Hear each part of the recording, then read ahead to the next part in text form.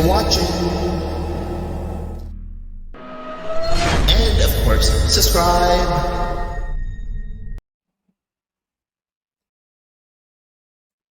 And hello, everybody. Welcome to Haunting Live podcast. Thank you so much for tuning in this week. We have reached episode number 10 of season 2 already, and just want to, of course, take a moment and thank everybody so much for following us over on social media on our Facebook page. We do quite a bit of posting over there, as also our Facebook group, which has added quite a few members recently. So head on over there and take a look at our group as well if you guys want to take a look at any recent postings we've done. And also, thank you so much for following us on YouTube as well as our Twitter account. And we also are on the podcast apps as always.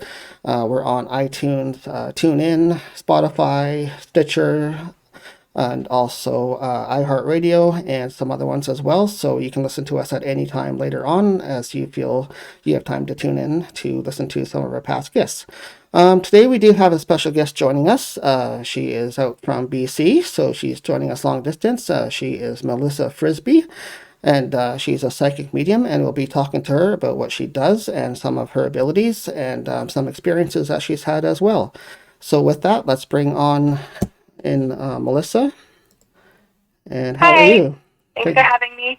Thanks very much for joining us here on Haunting Live, Melissa. Thank you for taking time out as well. I know you're all the way out there in BC, so thank you so much for taking the time today. Yes, it's great to connect with you. Yes, it's great having you as well. So we introduced you as a psychic medium. Is that basically what you would call yourself, a medium, or do you more lean in towards the psychic part of it? Yeah, I title myself as a psychic medium. I do both, but I think my first love was mediumship. So I definitely enjoy practicing mediumship. Okay, so what drew you into the field of mediumship? Let's start at the beginning and sort of how did you get into that field? So was there some experience that you had, or was it something that you were always interested in? So sort of what drew you into becoming a medium? Definitely, yeah. When I was really young, I've had experiences since I was really young. Some as far back as before I can remember. My mom has told me stories about me chatting with loved ones who are on the other side that I had never met. Mm-hmm.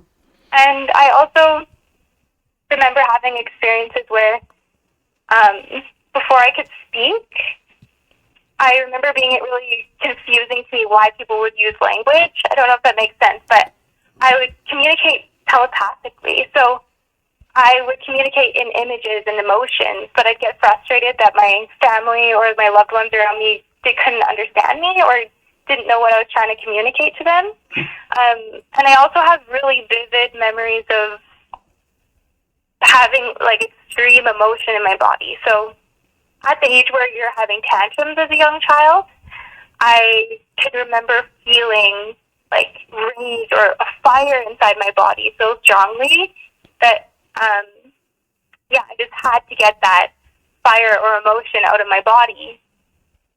And a little later on in life, I probably at age 4 or 5, I had several experiences where I would see people's faces when I would fall asleep. So I would see a man's face kind of over my bed, and it used to terrify me. And so I remember thinking that if I didn't breathe or if I didn't move or if I hid underneath my blanket that they couldn't talk to me or they couldn't bother me. And I would share these experiences with my parents, but I don't think they knew how to handle the situation. I think they wanted to protect me or they didn't want me to feel scared. So they told me that, oh, it's just mere imagination and what you're seeing isn't real. And so as the years went on, I tried to shut those experiences out, or I really felt like these were things that I was making up. Mm-hmm. And, I remember into my teen years, like early teen years, I would have several experiences of seeing images of people, or not images, sorry, physically seeing people, fleeting, like, apparitions, I guess. And, once again, passing those off as just my imagination. Right. So when you first started seeing these images as a young child, was it something that you're more feeling? Like you mentioned, you feel a fire inside of you that you're sort of sensing. Was that something that sort of manifested to you? Was that something that you were drawn to, or was it something more being impressed onto you, I guess is what I'm trying to ask. Did you sense it was something real, or was it something that was sort of sensing to you? It definitely felt like, it felt very real. The experience to me felt very real. So I remember having that conflict between feeling like my experience was really real and, you know, someone else telling you that it's not and telling you that it's just in your head. And that's, I feel like it's really confusing as a young child to have that pull between both worlds. And it definitely did not feel like it was my choice. You know, it was like impressed on me. It felt like this was just my day-to-day life. I felt like once I hit a certain age, once I hit the age of 18, I started having out-of-body experiences. And I don't know if everyone knows what an out-of-body experience is, but I didn't know what was happening at the time either. Or sometimes I would wake up in the middle of the night and I would hear like a crowd of people talking. And it wasn't until I went to my sister's birthday party. She had a psychic reader there for her birthday party. And I was quite young at this point. I was 18 years old. And so I'm like 17, 18 years old. And I had never been to a psychic before. I didn't really even know what a psychic was at that point. And I was explaining these experiences to her, that I would wake up in the middle of the night and hear like buzzing sounds, or I would hear people, like a crowd of people talking. And she explained that that was spirit. And I had also explained these weird experiences that I was having when I would go to sleep. And I would fall asleep, and then I felt like I would wake up, and I would be over top of my body, or I felt like I was being thrown out of my body. And it was a really terrifying experience to me, but it felt very, very vivid and real, like way more real than a normal dream. And so I was explaining this to her, and she explained to me that that was astral projection, or an out-of-body experience. And so at this point, this is when I dove right into that world, and I started researching everything there was on out-of-body experiences, just to try to make sense of what my world or what I was experiencing. Mm-hmm. So how many times would you say that happened to you then, as soon as you sort of hit adult life? Was it sort of like a stage that was thrown upon you again? Like, it seems to be happening to you in stages. At first you were just hearing stuff, then when you got into it at 18, as soon as you hit an adult, you sort of had more stronger experiences. So did that affect you more as an adult? Like, did you find that they kind of waited to present that to you at that time? I feel like that was almost like a doorway or a gateway opening. It's like I could push my experiences down for only so long, and then once I hit that age, it was like the door was blown wide open. And I would have these experiences probably only monthly in the beginning, but I'm still experiencing them very often, and it's never a choice of mine. So it felt scary, but also really exciting. I felt like I could make connections now. Like, all the light bulbs were going off, or all the pieces were starting to fit together. And I was looking back to the experiences that I was having when I was younger and kind of tying it all together. And it just started making sense. And it felt like who I was as a person started to make sense.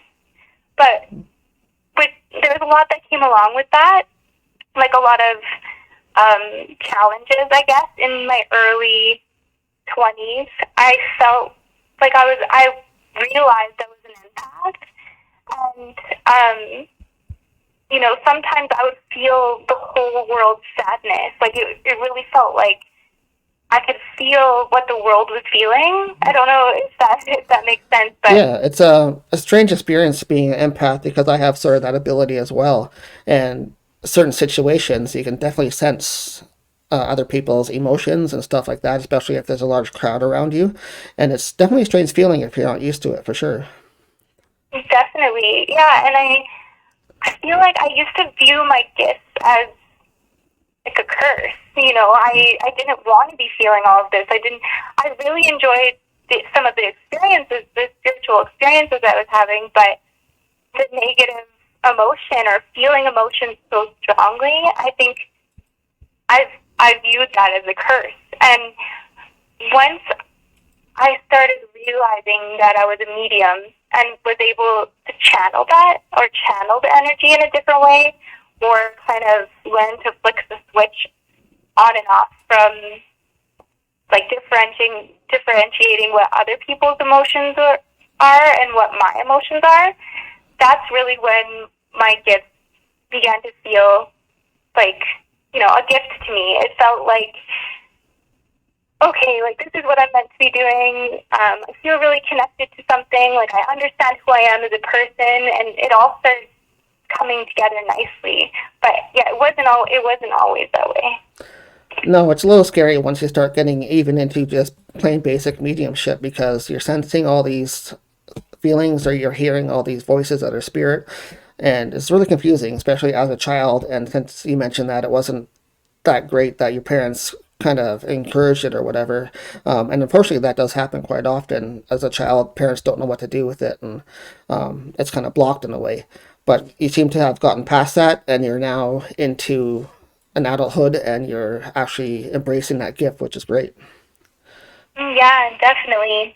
Yeah, and it's interesting. You mentioned the parents thing again, and my father, he was a typical man's man, outdoorsy, and I feel like in his generation, this kind of thing wasn't talked about as much, and so I was really nervous because there was a lot of joking, or he would sometimes pick at me for being afraid of ghosts, or he would joke around with me a little bit about it, and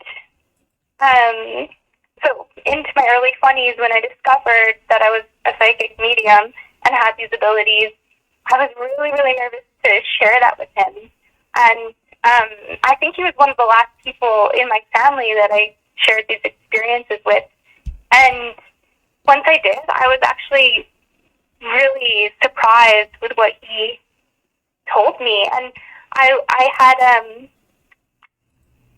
practiced, I guess, doing a reading, which really involved me laying on the couch and shutting my eyes and trying to connect to my auntie, which is his sister, who I had never met. And she had passed when I was really, really young. She was only 22 when she passed. And it was somebody that he never really talked about. Like, he was really emotionally closed off. So I think this was a big point of pain for him in his life, so he never really shared his experiences or shared much about her. And so I connected to her on the other side, and really it felt like a story was playing out in my mind, but I wasn't reaching for information. It was just there. It was like I could see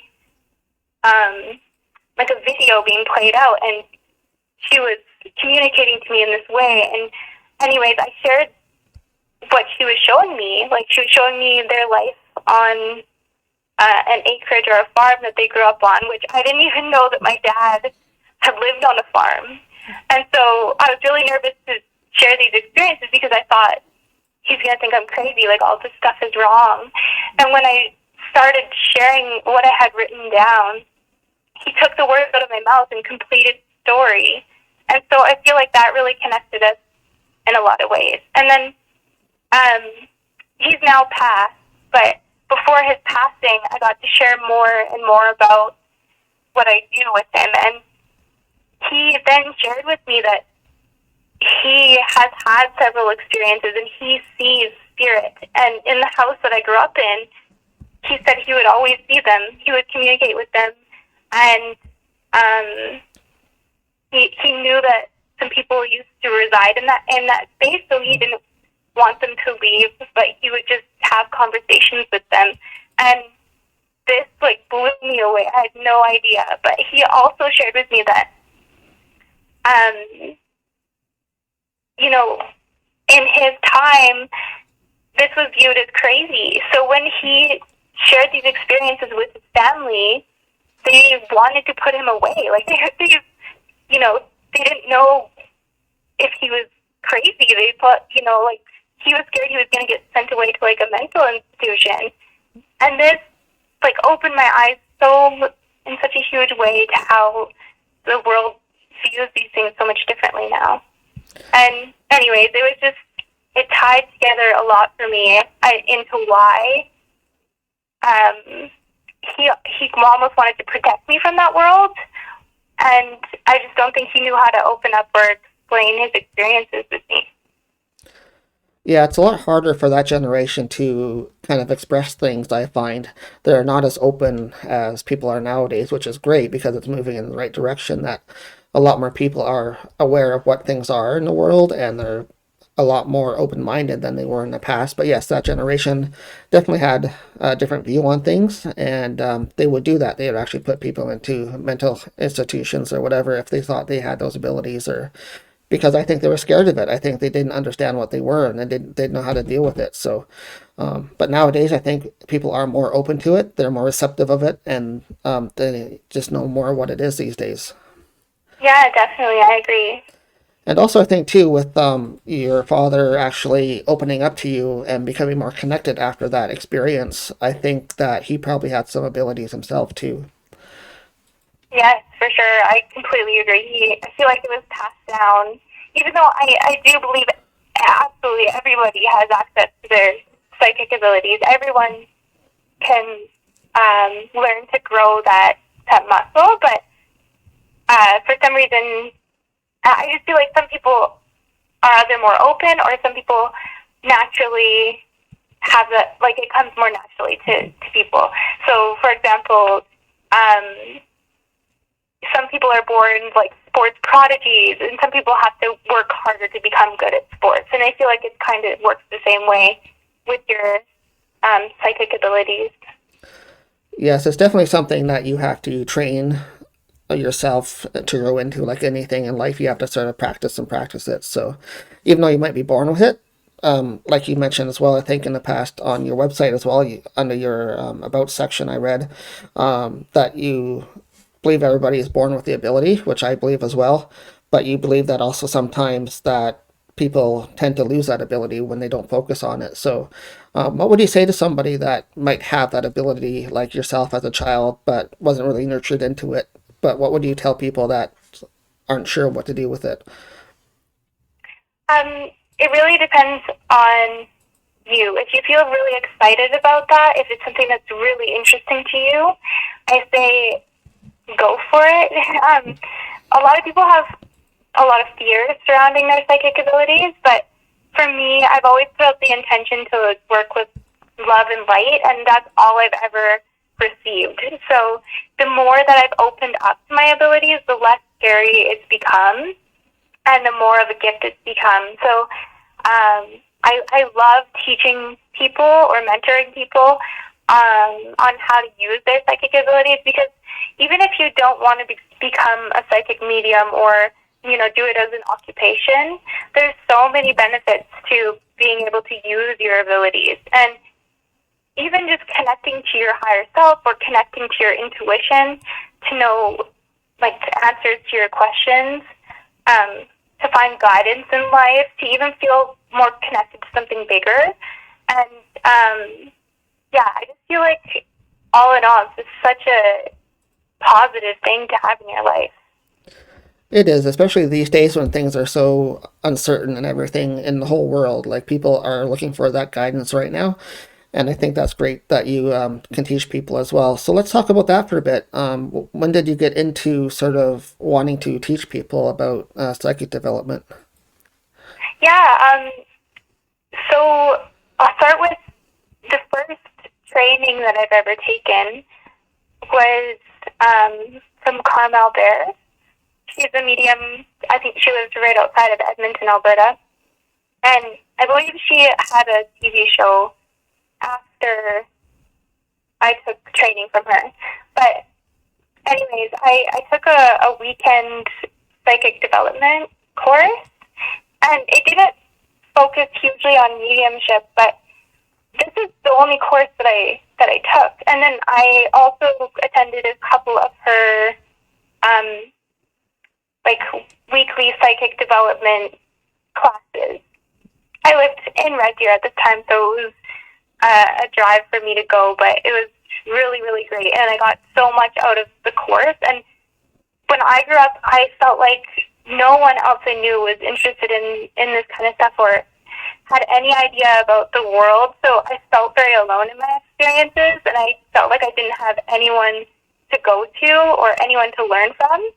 There was no guidance there for me. I really had to search for it, and so I feel like those classes, it inspired me to want to help other people and do the same. So I have to say, though, too, that I feel like I was mostly self-trained or self-taught, because I really felt like it was more of a remembering, which is really interesting. Like, I felt like I was almost remembering how to use my abilities, like I had used them before. I know it sounds strange, but maybe in like a past life, or maybe it's just like because it's so natural to us, or when we're young, you know, we are more open to that.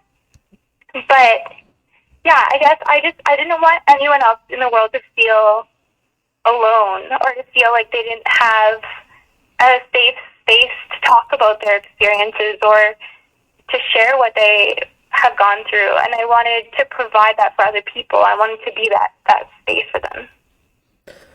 Yeah, no, that's great. Like I said, especially these days, people are a lot looking for that sort of guidance and where to go from here kind of thing. So, so how have you been developing that? Have you had a lot of time lately during the pandemic and the lockdowns to sort of work on your development? Yeah, I have actually taken some time off. I had a baby 9 months ago, so I took some time off, and it was kind of good timing with the world the way it is, I guess, to slow down and just spend some one-on-one time. But prior to that, I held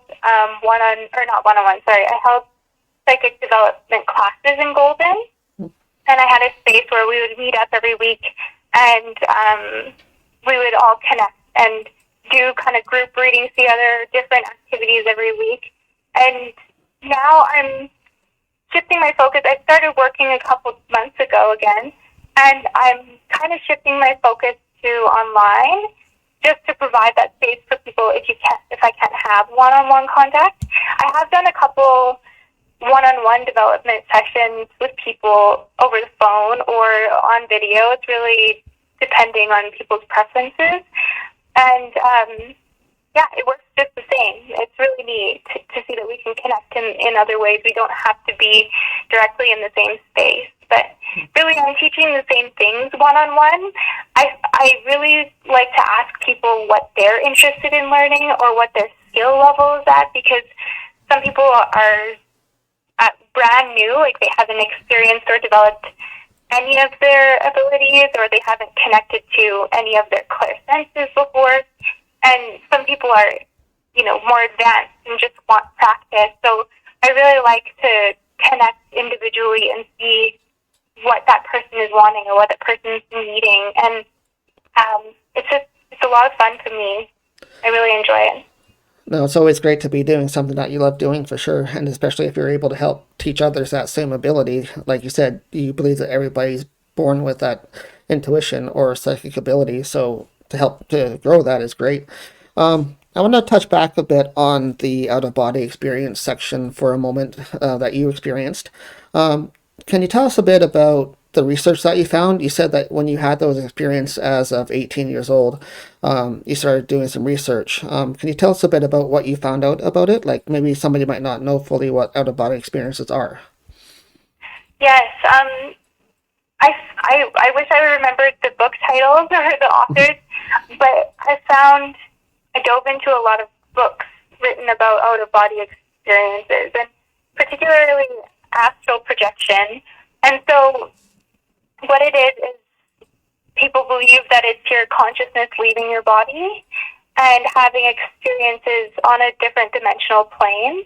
And it truly feels like that. It feels like your consciousness leaves your body. And sometimes you can look down and not see anything at all. Or, sometimes you can see an image of your body. But most of the time, all of the time, I'm flying or floating, and I feel like a lot of people have dreams about flying, and to me, I feel like that's a form of an out-of-body experience. I came across me Reiki masters about 10 years ago, so I'd had a lot of experience over the years, and they just tied a lot of the energies that were going on in and around me. In saying that, it's like we always hear about these experiences that people have that are sort of this awakening, where they understand or maybe start to look closer at what's possible for us to do using things like intuition. My grandfather had just crossed over, and I was sleeping with my aunt, and he tried to wake her up. So he kind of like was shaking her and saying, it was French, but he was saying, "Wake up, Lynn, wake up." And she wouldn't wake up, and then I looked at him and I screamed because I just went to his funeral. Of course, over time, these things that he was talking about that were to come, that hadn't taken place yet, did all start unfolding as he had predicted. Interview. She was just talking to us about what she learned as she was doing research into having out-of-body experiences. So let's start just with that again, Melissa, and continue on with some information about out-of-body experiences for people. Yeah, so I was saying that it's our consciousness leaving our body, or that's what people believe. And I also was really intrigued on sleep studies, because I'm a very scientific-minded person, but I'm also very spiritual. So it's kind of an interesting mix, because I like to prove things, but as you know, with the spiritual world, we can't always prove things. So I'm just intrigued in both sides of things. And with the sleep studies, I wanted to understand if it was something going on with my brain, or does my brain work differently? And it's really interesting because there's a lot of people who try to prove that their experiences out of body are real. So they'll do tests or, say tape a card to the back of the door and not look at what card it is. And then once they're out of body, try to look to see if they'll see the same card, like King of Diamonds, for example. And personally, I've had it in my mind to do these types of experiences, but it seems like I have less control over what my experience is, if that makes sense. So a lot of the time, I know out-of-body experiences or astral projection, it's actually practiced in a lot of spiritual or religious types of ways. Like, many people will try to have these experiences.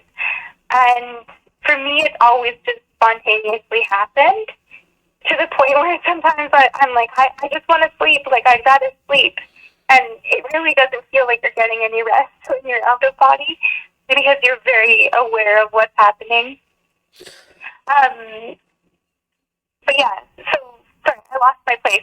No worries. I was going to ask you that as well next here anyway. When you are having an out-of-body experience, for those people that may have not experienced that yet, can you sort of describe the sensation or what it felt like when you do leave your body? Like, what's the feeling that you have when you have an out-of-body experience?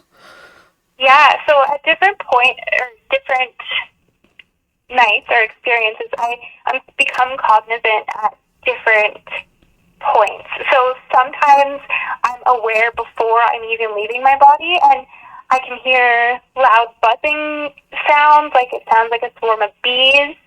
I can feel like vibration in my body, or it sometimes feels like your limbs are like heavy like a brick, or you feel a sensation of like waves.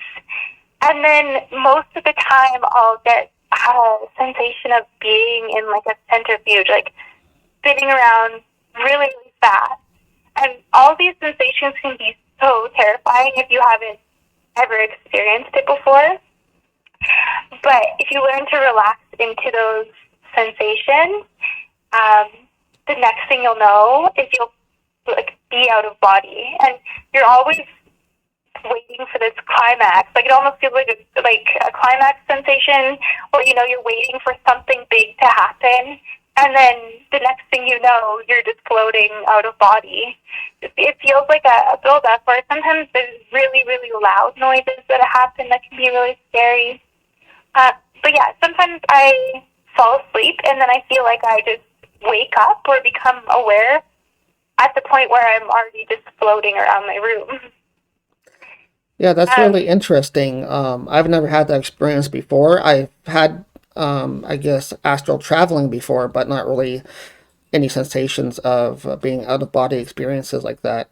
I felt as if I was hovering above the bed at one point. I remember that one before in my life. I was looking down at myself and I was just hovering there, but then kind of fell back into my body. Have you ever had anything like that experience where it's been like you're hovering and then all of a sudden you're back in your body? Like, what does that part feel like?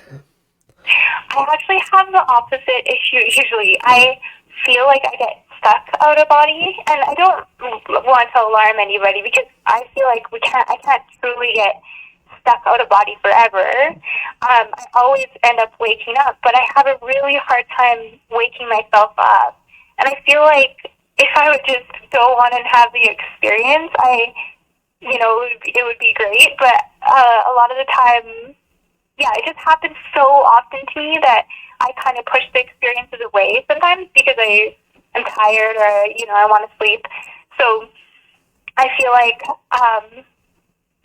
I'll try to shake myself awake, or I'll try to scream at myself, but I don't actually wake up or come back to my physical body until, like, I can move a limb or a finger, or somebody is talking around me, or if there's actually, like, movement around me. And sometimes I have a lot of, like, false awakenings. So, but I guess I feel like I might have experienced what you're describing, and it feels like for me, it would always feel like I was falling back into my body, or, and then you would jolt awake really quickly. Yeah, that's what mine was like. It felt like I fell quite hard, actually, right back into my body, and it felt like I hit the bed, like, really hard when I fell back in. So that's sort of what brought me back, was me landing on the bed, but I kind of put my arms out, I remember, and it was kind of like, whoa, what was that? Right. Yeah, it can be, it's just a whole other world of experiences, and it could be really different. Like, I feel like that's kind of the same sensation that I would experience when I first started having out-of-body experiences, but it would be when I was leaving my body. It felt like I was thrown against the wall really hard, and it would never hurt. Like, I would never feel, like, pain or anything like that. It was just a jolting experience. Yeah, that's what it was. It was like a big jolt and you're back in your body kind of thing. Do you remember anything from your travels? Like, do you ever remember any imagery or anything that was told to you while you were out of body? Oh, yes, definitely. I don't keep a journal, which I really should, because there's literally years and years of experiences and very different types of experiences. I've had some scary experiences and more tied into like sleep paralysis, I guess. But I've also had some really like beautiful, profound experiences, and I remember I'll usually try to take down as much detail as possible.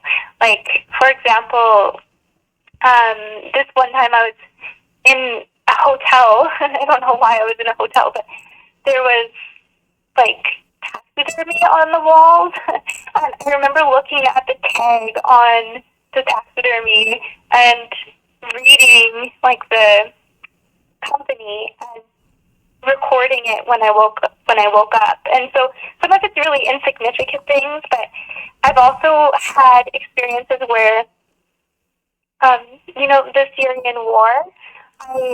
About a year and a half before Syria was going through war or having those experiences, I had images, like flashing images while I was out of body, or it was almost like being shown different things about this war that would happen and that would take place. And I embarrassingly didn't know Syria, or, I wasn't well versed on places in the world, I guess. And I recorded this all, and then, a year and a half later, some of these things actually took place. So it's really intriguing to me, but also challenging, because I don't know what I'm supposed to do with the information all the time, or how I can help, if that makes sense.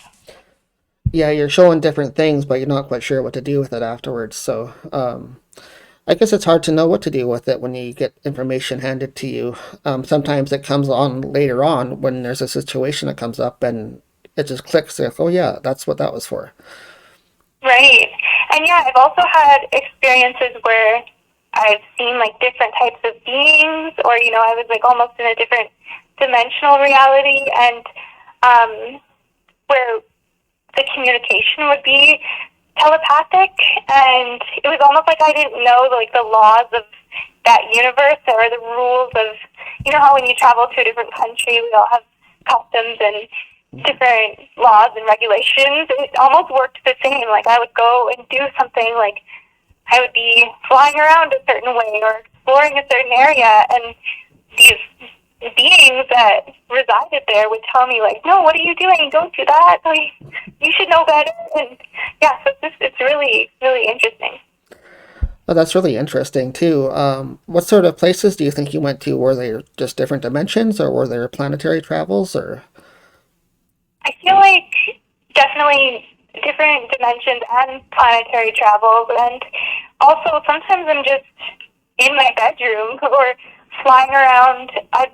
The most common place that I feel like I visit is my hometown, or the home that I grew up in.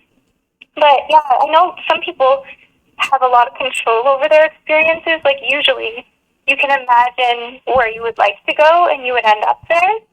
But for me, it doesn't seem like that works. I really try to have more control, or try to like envision where I would like to go, but I just end up where I end up. And yeah, the most common one is on my street that I grew up on, or flying around new places and just exploring sites, I guess. Yeah, and yeah, one of the most interesting things that I've experienced is traveling to Japan, I guess, and I was flying behind these people who were walking that I don't feel like they could see me. And it was a Japanese family, like a young boy and a mother and a father, and they were speaking Japanese, but I could completely understand them and knew what they were saying, and they were just having a normal, everyday conversation about which restaurant they wanted to eat in. They were kind of like bickering back and forth about where they wanted to eat, and to me it was just so interesting that, yeah, I could understand this different language. That's interesting too, that you can actually understand different people and stuff if you go to different areas. And I guess you don't really have control over that. It's something that, do you sort of meditate beforehand and you find yourself going someplace, or is it more, okay, they're just going to take you to a different place tonight?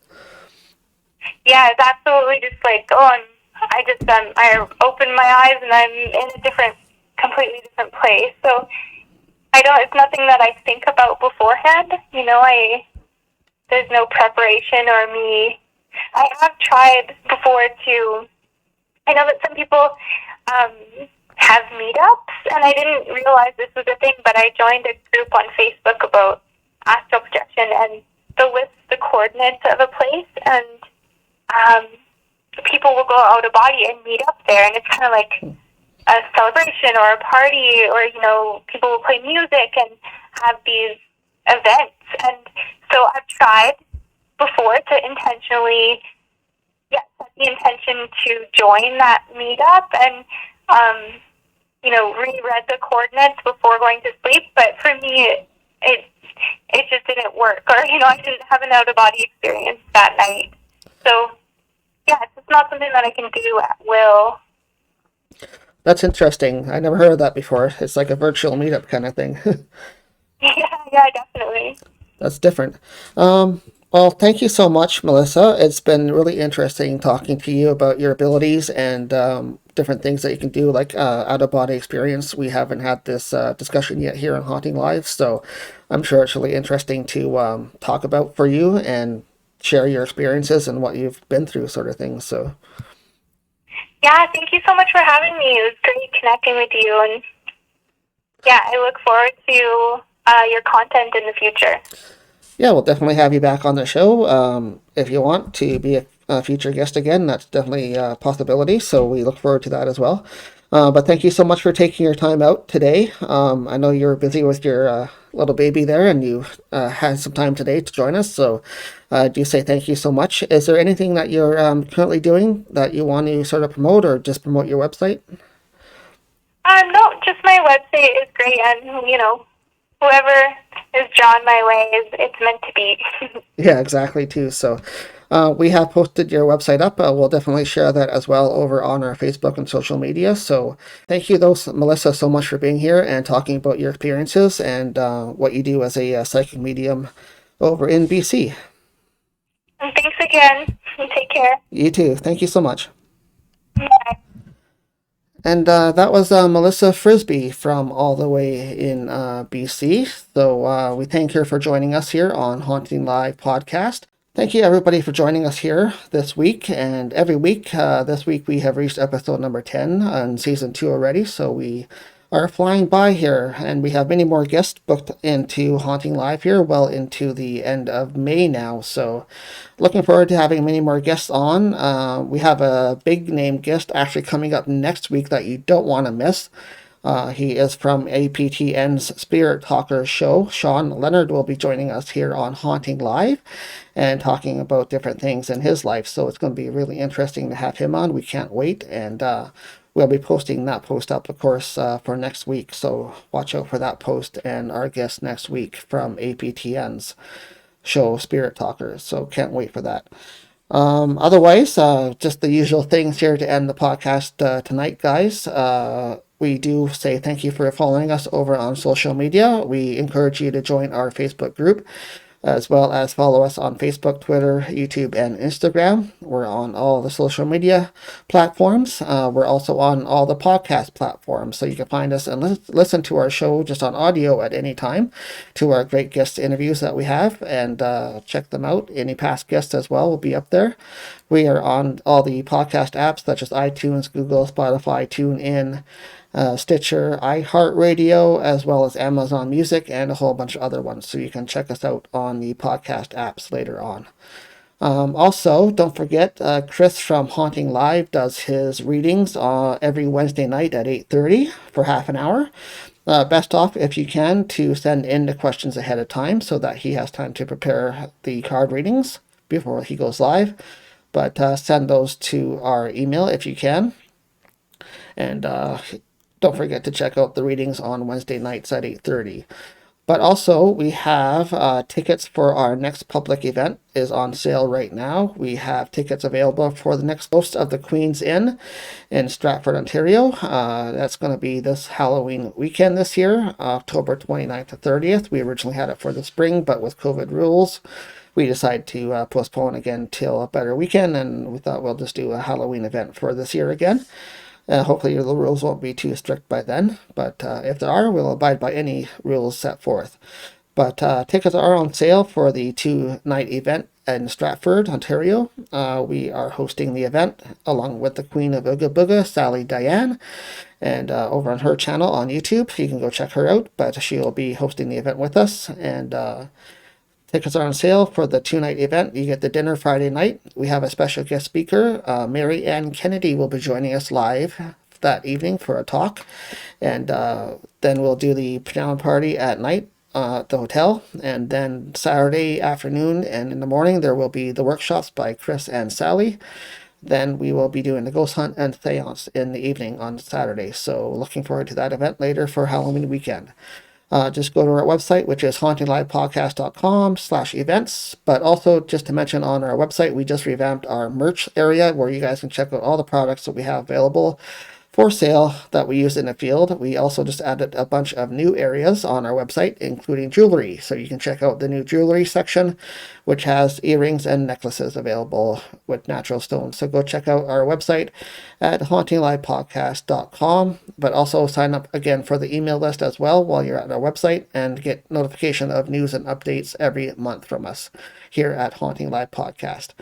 But again, guys, thank you so much for tuning in this week. Thanks again to our guest, Melissa Frisby, over in Golden, BC, is where she's from. She's a psychic medium over there, and we are very happy to have her talk about what she does, and her out-of-body experiences was the topic for today. So look forward to seeing you guys here next week, and thank you guys so much for tuning in and following us over on social media. So with that, guys, have a great week, and we'll see you back here next week on Haunting Live Podcast.